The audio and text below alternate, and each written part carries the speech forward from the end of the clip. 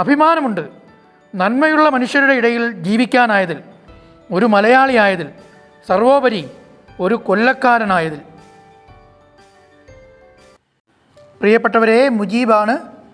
കൊല്ലം വാടി ഹാർബറിലാണുള്ളത്. ഇവിടെ ഈ നിരന്നിരിക്കുന്ന വള്ളങ്ങൾ ഇവിടെയുള്ള മനുഷ്യരുടെ ജീവിതോപാധിയാണ്.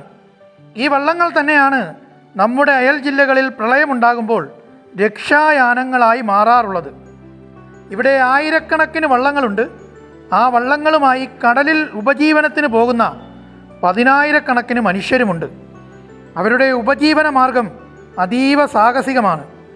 അതുകൊണ്ട് തന്നെ അവർ എന്തിനോടും അല്പം വൈകാരികമായി പ്രതികരിക്കുന്നവരാണ്. അവർക്കിഷ്ടപ്പെടാത്ത എന്തെങ്കിലും കണ്ടാൽ അവർ അതിവൈകാരികമായി പ്രതികരിക്കും. അവരുടെ സ്നേഹത്തിലും ആ അതിവൈകാരികത നമുക്ക് അനുഭവിച്ചറിയാൻ കഴിയും. അവരിലധികവും അന്നന്നത്തെ വരുമാനം കൊണ്ട് ജീവിക്കുന്ന സാധാരണക്കാരാണ്, നിർധനരാണ്.